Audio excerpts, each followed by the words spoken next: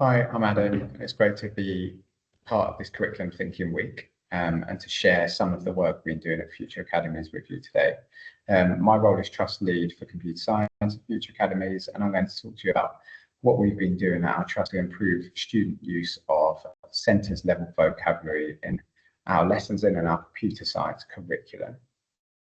So just to provide you with some context, we've got 7 comprehensive secondary schools across London and Hertfordshire, and I work with the computer science teachers at Key Stage 3, 4 and 5.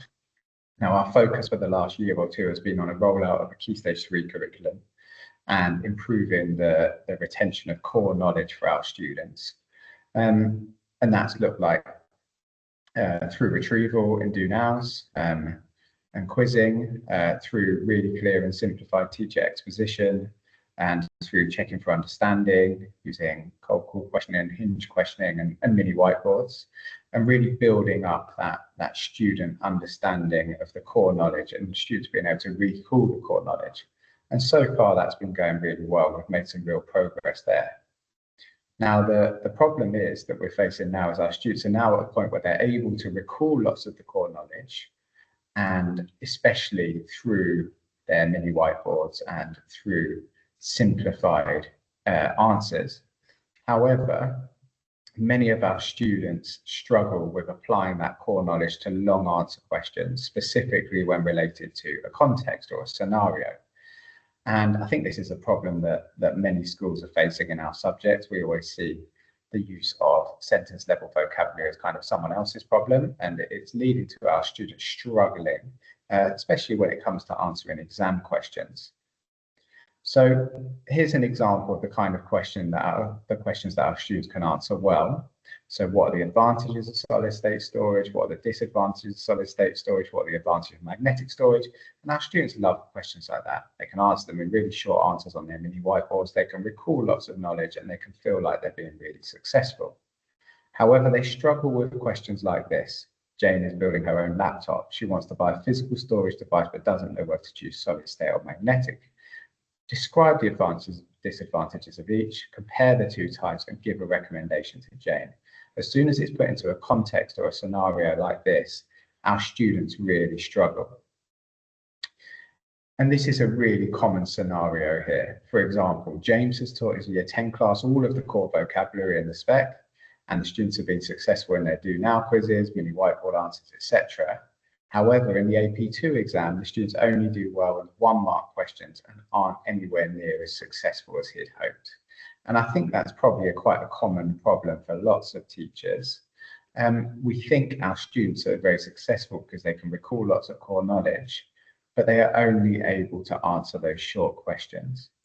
Now, it led us to think about what's gone wrong here, or what could have gone wrong. Obviously, there's lots of things that could have gone wrong, but thinking about what can we change with this class and what can we change with Key Stage 3 classes in general, and changing that curriculum at Key Stage 3 to ensure that when students get to GCSE level, they're not at this point where they struggle to answer anything more than a 1 or 2-mark question. So just so we're aware of what disciplinary literacy means, when you hear this term, it means the subject-specific vocabulary that our students need in order to be successful in our subject. So any vocabulary that's specific to computer science. So we've been focusing as a trust on 2 main parts. One, on improving the student use of vocabulary at word level with the definitions, and 2, improving it at sentence level. Now, at word level, we've been looking at really clear and simple teacher exposition and definitions. I say, you say, using call and response. In other words, so a student needs to use other words to describe a vocabulary. Vocabulary list with definitions, and then lots of quizzing and assessments.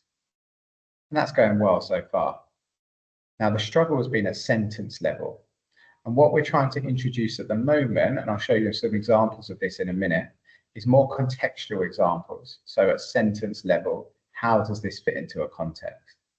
Turn and talk with sentence starters and including sentence starters in the do now. Linking that vocabulary to prior knowledge and scenarios. And we see this when? When do we see this vocabulary in a context. Now, a lot of the thinking comes from this book, The Writing Revolution, which I would recommend. And in this book, it says, which is kind of obvious, but I don't think we follow it enough, sentences are the building block of all writing. Now, like I mentioned earlier, we kind of see that as someone else's job, and especially the English department's job, to build up that sentence level use of vocabulary. But we really need to practice it in our own subject if we're going to improve student success. Now, a non-example of this kind of questions that will build sentence level use of vocabulary are like the questions I showed you earlier about storage, because the kind of answers that we would often get are short answers, 1 or 2 words. Students will often feel success after this because they're recalling knowledge. However, it won't equate to successful outcomes. A better example is, given the scenario that we showed earlier, or an example of this scenario, and then scaffolding and modeling the answer so that students are able to answer, because we know that if we give this to most of our students, they will give up. They won't even try. So we build them up towards success by using an I do, we do, you do model in our trust.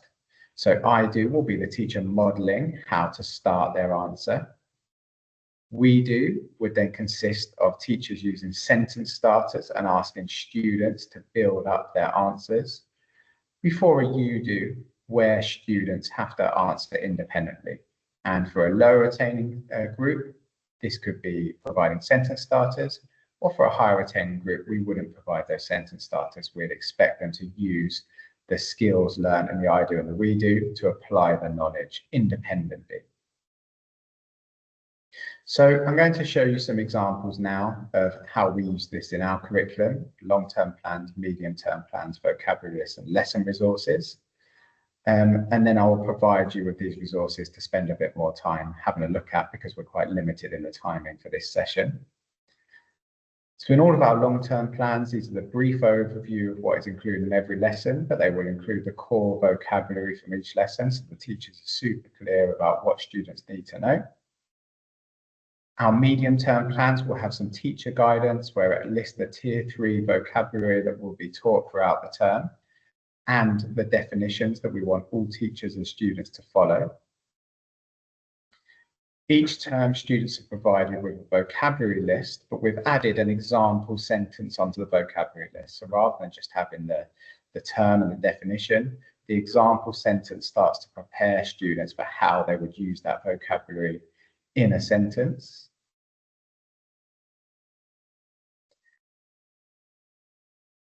Each lesson starts off with some core knowledge and the procedural knowledge, which is know how to. For example, here, ask students to compare the advantages and disadvantages of each type of storage device and what they will be expected to apply, how they will be expected to apply that knowledge. All of our resources start off with a do now, which starts off achievable for all, before becoming increasingly independent and challenging, and requires students to use full sentences. So for example, in question 3 and 4, hardware is the CPU fetches the, really encouraging students at the start of every lesson to apply their prior knowledge in full sentences. And then as we go into the teacher exposition, every lesson starts off with a slide where we've got the vocabulary, a student-friendly definition, and then the example sentence. This will be followed by a call and response. So I say storage, you say storage. So the students are articulating that vocabulary and embedding it in their memory. Always followed by a turn and talk. And we've replaced questions in the turn and talk with sentence starters to really encourage the students to talk in full sentences. For example, person A, examples of files saved in my phone storage include. Person B, examples of files stored in my Office 365 storage include. Showing those students how to embed that vocabulary in a full sentence. And then in our lesson resources, we've got tasks similar to the one that I showed you in this presentation earlier, where we're expecting everybody to write full sentences based on a scenario with an appropriate level of scaffolding and modeling through the I do, we do, you do for the teacher, and using sentence starters for the students to be able to apply that. And this is throughout Key Stage 3 and Key Stage 4. Now, in the conference space, you will find these slides, some example Year 9 curriculum plans and vocab lists, along with the lesson materials that I just showed, and some recommended reading. And essentially the recommended reading at the moment is The Writing Revolution. So that book that I recommended earlier that says sentences, the building blocks of all writing. My questions for you going forward are, what are you going to embed in your own curriculum and your lessons to improve student use of disciplinary literacy? How will you assess the impact of these changes? And how will you ensure that this vocabulary is revisited over time? There's a lot packed into a really short presentation there, but I hope you took away some useful ideas to use in your curriculum. And please spend time looking through those resources that I've provided for you.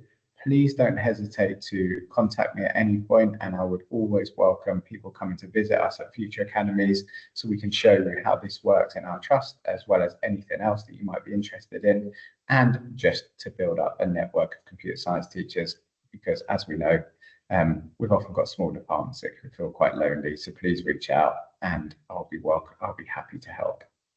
Thank you.